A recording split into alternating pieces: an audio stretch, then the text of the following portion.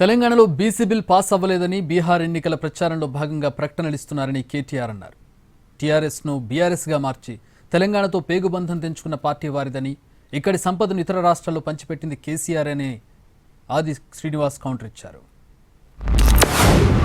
తెలంగాణలో బీసీ రిజర్వేషన్లు అమలైపోయినాయని చెప్పి బీహార్లో ప్రకటనలు ఇచ్చారు.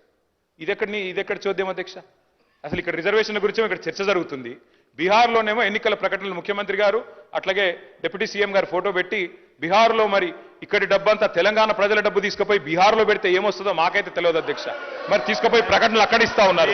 మరి ఇక్కడ రిజర్వేషన్లు పాసే కాలేదు, పాస్ అయిపోయినట్టుగా మరి అక్కడ చెప్తా ఉంటే మాకు ఆశ్చర్యంగా ఉంది అధ్యక్ష.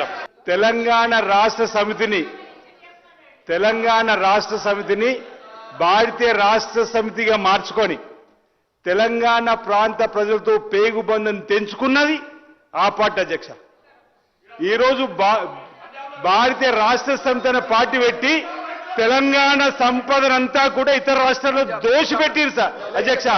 పంజాబ్ లో పోయి చెక్కులు ఇచ్చినటువంటి చరిత్ర మీది.